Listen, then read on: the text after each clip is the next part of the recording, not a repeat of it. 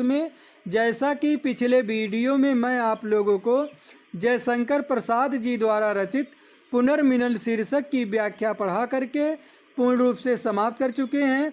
तो चलिए आज के इस नए वीडियो में मैं आप लोगों को सूर्यकांत त्रिपाठी निराला जी द्वारा रचित दान शीर्षक की व्याख्या बताने वाले हैं।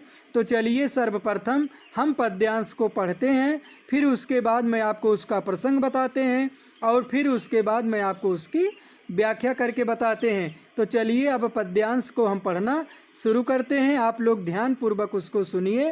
क्या लिखा गया है? निकला पहला अरविंद आज, देखता अनिध रहस्य साज, सौरभ बसना समीर बहती, कानों में प्राणों की कहती, गोमती छिड़कट नटी नवल, नृत्य पर मधुर आवेश चपल। तो इसकी व्याख्या बताने से पहले मैं आप लोगों को सर्वप्रथम इसका प्रसंग बताना चाहते हैं। आप लोग ध्यानपूर्वक सुनिएगा। इस कविता में उन ढोंगी दानियों पर व्यंग किया गया है जिनके हृदय में दया लेस मात्र नहीं है, तथा जो धर्म के नाम पर केवल दान का ढोंग करते हैं। इन पंक्तियों में कवि ने प्रातःकालीन प्राकृतिक सौंदर्य का वर्णन किया है। तो चलिए अब मैं आपको इसकी व्याख्या करके बताते हैं कि कविवर सूर्यकांत त्रिपाठी निराला जी कहते हैं, निकला पहला अरविंद आज। निकला, निकला यानी कि निकल गया या खिल गया। पहला यानी कि पहला, अरविंद यानी कि कमल। अरविंद का यहाँ जो है दो अर्थ होगा। अरविंद का अर्थ होता है कमल और इसी में अरविंद का अर्थ लिया जाएगा सुबह निकलने वाला ज्ञान का प्रतीक सूर्य। आज का अर्थ आज ही रहेगा। देखता यानी कि देखने के लिए, अनिध यानी कि निर्दोष भाव से, रहस्य साज यानी कि रहस्यमयी श्रृंगार। साज का अर्थ होता है देखना और साज का अर्थ होता है श्रृंगार, रहस्यमयी श्रृंगार। तो चलिए अब मैं आपको इसकी व्याख्या दो तरह से बताएंगे, क्योंकि यहाँ अरविंद का दो अर्थ है, एक कमल हुआ और दूसरा ज्ञान का प्रतीक सूर्य। इसलिए मैं आप लोगों को यहाँ दो तरह से व्याख्या बताएंगे। तो चलिए हम व्याख्या बताना आपको शुरू करते हैं। आप लोग नीचे वाली पंक्ति से ध्यानपूर्वक देखना, हम यहीं से जो है इसकी व्याख्या बताएंगे। देखता अनिध रहस्य साज। रहस्य साज कविवर सूर्यकांत त्रिपाठी निराला जी कहते हैं कि प्रकृति के सुंदर रहस्य साज यानी कि रहस्यमयी श्रृंगार को अनिध यानी कि निर्दोष भाव से, देखता यानी कि देखने के लिए आज सरोवर में पहला कमल खिल गया। तो चलिए अब मैं आपको इसकी दूसरी तरह से व्याख्या बताते हैं कि कविवर सूर्यकांत त्रिपाठी निराला जी कहते हैं कि प्रकृति के रहस्यों को अनिध यानी कि निर्दोष भाव से देखने के लिए आज सुबह ज्ञान का प्रतीक पहला सूर्य निकल गया। तो आपकी व्याख्या क्लियर हो गई, यानी कि अर्थात कवि को आज ही धर्म के आडंबर के ज्ञान का पता चल गया। तो चलिए आज अब मैं इसके बाद की व्याख्या को पढ़ करके बताते हैं। सौरभ बसना समीर बहती।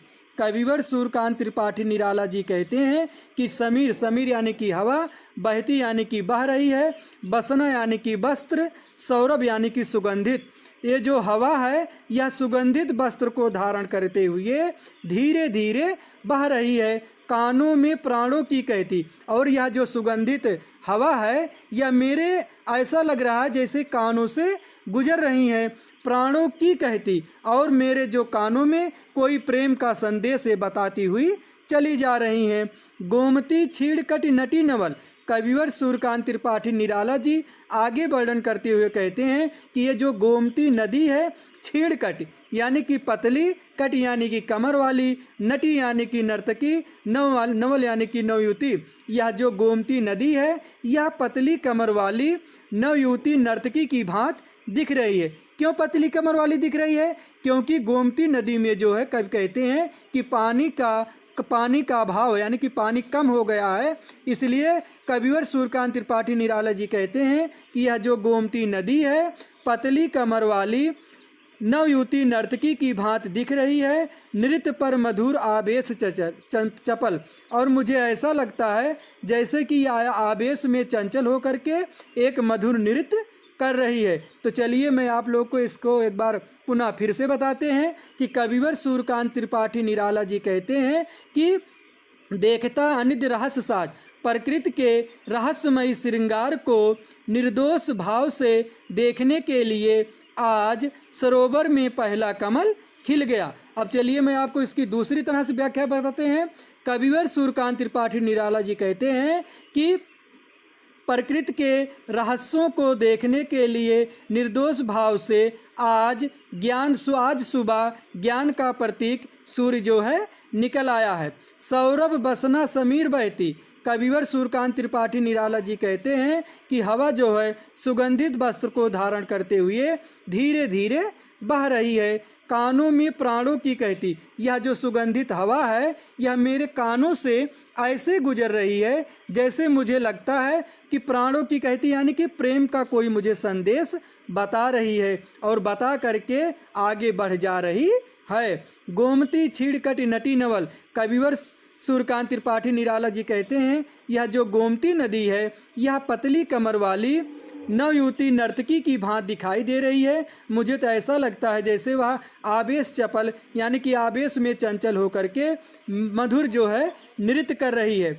मैं प्रातः पर्यटनार्थ चला, फिर जो है आगे कविवर सूर्यकांत त्रिपाठी निराला जी गोमती नदी के पास घूमने चले गए थे और उसी घूम करके जो लौट करके पुल पर खड़े हुए तो उसी के बारे में आगे वर्णन करते हुए कहते हैं कि मैं प्रातः पर्यटनार्थ चला। मैं प्रातः जो है गोमती नदी के प्राकृतिक सौंदर्य को देखने के लिए चला, लौटा आ पुल पर खड़ा हुआ और वहाँ से लौट आ करके पुल पर पे मैं जो है खड़ा हो गया। सोचा विश्व का नियम निश्चल, मैंने यह सोचा कि यह विश्व का जो नियम है कितना अटल है। एक बार पुनः फिर से देखिए, मैं प्रातः पर्यटनार्थ चला, कविवर सूर्यकांत त्रिपाठी निराला जी गोमती नदी के प्राकृतिक सौंदर्यता को देखते हुए कहते हैं कि मैं जो है सुबह घूमने के लिए चला, लौटा आ पुल पर खड़ा हुआ और लौट आ करके पुल पर मैंने जो है खड़ा हो गया।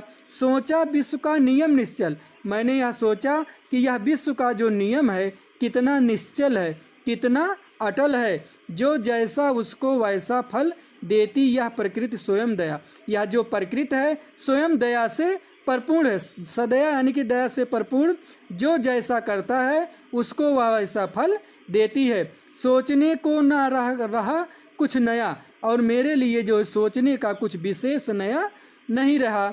सौंदर्य गीत बहुवर्ण गंध, भाषा भावों के छंद बंधन, कविवर सूर्यकांत त्रिपाठी निराला जी आगे कहते हैं ये जो सौंदर्य प्रकृति के जो सौंदर्य हैं, गीत हैं, बहु यानी कि बहुत, वर्ण यानी कि रंग, गंध यानी कि सुगंधित, भाषा यानी कि भाषा, भाव के छंद बंधन, और जो मन के भाव को बांधने वाले हैं, और भी उच्चतर जो विलास, उच्चतर यानी कि और उससे भी जो अधिक जो विलास यानी कि सुंदर हैं, प्राकृतिक दान, वह प्रकृति के जो हैं उपहार हैं, दान है, वह सप्रयास, वह प्रयास के साथ या अनायास या बिना प्रयत्न के जो है आते रहते। कौन कौन? सौंदर्य, गीत, बहुत रंग, सुगंधित, भाषा और मन के भाव का जो बांधने वाला छंदबंद है, और उससे भी जो अधिक सुंदर विलास हैं, वह सब प्रकृति के उपहार हैं। वह प्रयास के साथ और या अनायास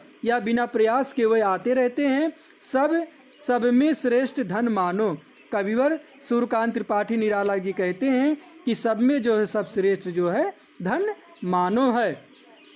फिर देखा उसने उस पुल के ऊपर, फिर उन्होंने जो उस पुल के ऊपर देखा, बहुसंख्यक बैठे हैं बानर, तो बहुत संख्या में बैठे हुए बानर उन्हें दिखाई देता है। एक और पंथ के कृष्ण का, और एक और जब उनकी निगाह पड़ती है रास्ते की तरफ, कृष्ण का यानी कि काले शरीर वाला कंकाल शेष, यानी कि उसके शरीर में केवल कंकाल ही ढांचा ही बचा है, नर मृत्यु, और वह मनुष्य जो है मृत्यु प्राय के समान दिख रहा है। बैठा सा सिर दैन दुर्बल, और बैठा हुआ शरीर के साथ दैन दुर्बल यानी कि दुखी है और कमज़ोर है। भिक्षा को उठी दृष्टि, और उसकी जो दृष्टि है वह भिक्षा को ऊपर की ओर उठी हुई है। अति छीड़ कंठ, और उसका जो कंठ यानी कि गला है, छीड़ यानी कि कमज़ोर, उसका गला जो है कमज़ोर हो गया है, पतला हो गया है। तीव्र सांस, और वह लंबी लंबी जो है श्वास को ले रहा है। जीता ज्यों जीवन से उदास, मुझे तो ऐसा लगता है, कविवर सूर्यकांत त्रिपाठी निराला जी कहते हैं कि मुझे ऐसा लगता है जैसे वह अपने जीवन से उदास होकर के जी रहा है। ढोता सो वह कौन सा पाप, ऐसा उन्होंने कौन सा पाप कर लिया है जो इस समय वह ढो रहा है। भोगता कठिन कौन सा पाप, और ऐसा कौन सा पाप किया है जो इस समय वह इस जन्म में जो है भोग रहा है। यह प्रश्न सदा ही पथ पर सदा मौन इसका उत्तर। यह प्रश्न बार बार मेरे हृदय में आता रहता है, और इस पथ पर जो है इस प्रश्न का उत्तर जो है सदा मौन ही रहता है। मुझे ऐसा लगता है जैसे जो बड़ी दया का उदाहरण, इसकी जो एक बड़ा दया का उदाहरण है वह पैसा एक उपाय करण, इसके लिए एक पैसा ही उपाय करण है। तो चलिए अब मैं आपको इसके बाद के पद्यांश को पढ़कर बताता। फिर आगे है, मैंने झुक नीचे क्यों देखा। कविवर सूर्यकांत त्रिपाठी निराला जी कहते हैं कि जब मैंने पुल के नीचे झुक करके देखा तो झलकी आशा की रेखा, तो मेरे मन में एक आशा की रेखा जो है झलक उठी। विप्रवर स्नान कर चढ़ा सलिल शिव पर दुर्बा दुल तंदुल तिल, जो विप्रवर यानी कि जो ब्राह्मण थे वो स्नान कर रहे थे, किसमें सच विप्रवर स्नान कर, वो जो विप्रवर ब्राह्मण हैं वो स्नान कर रहे थे। सलिल शिव पर दुर्बा दल तंदुल तिल, और वह शिव पर जो है जल, दुर्बादुल यानी कि दूब, तंदुल यानी कि चावल, तिल यानी कि तिल, वह जो है स्नान करके शिव जी पर जो है जल और दूब, चावल और तिल आदि को जो है चढ़ा रहे थे। लेकर झोली आए ऊपर, और जैसे ही वह अपनी झोली को लेकर के ऊपर को आए, देख चले तत्पर बानर, और उनको देख करके जो है बानर उनकी तरफ जो है चलने लगे। दुज राम भक्त, वह जो ब्राह्मण थे, दुज यानी कि ब्राह्मण, वह जो ब्राह्मण थे वह राम के भक्त थे। भक्त की आस, उनमें राम के भक्ति की आशा थी, अभिलाषा थी, इच्छा थी। भजते शिव को 12 मास, और वह शिव को जो है 12 महीना भजते थे, भजन करते थे उनका।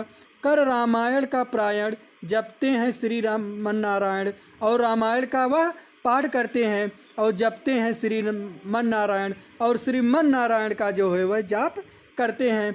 दुख पाते जब होते अनाथ, वह जब कभी दुख पाते हैं, उन्हें जब कभी कष्ट पड़ता है और जो वह अनाथ हो जाते हैं यानी कि बेसहारा हो जाते हैं, उनके पीछे आगे कोई रह ही नहीं जाता है, कहते कपियों को जोड़े हाथ, तो वह कपियों यानी कि बंदरों के सामने हाथ जोड़ करके कहते हैं कि तुम मेरे जो है कष्टों को दूर करो, मेरे पड़ोस के वह सज्जन। फिर जो है आगे कविवर सूर्यकांत त्रिपाठी निराला जी कहते हैं कि ये जो सज्जन हैं ये मेरे पड़ोस के सज्जन हैं, करते प्रतिदिन सरिता मज्जन, और मुझे ऐसा लगता है कि ये जो है प्रतिदिन इसी नदी में जो है मंजन और स्नान को करते रहते हैं। झोली से पुए निकाल लिए, और मैं देख रहा हूँ कि वह अपनी झोली से जो है पुए, पुए के मतलब जानते हैं, मीठा भोजन रहता है, खाने के लिए मीठा भोजन, यदि आप लोग के घर में पुए बनेगा तो मेरे लिए भी ले आना। झोली से पुए निकाल लिए,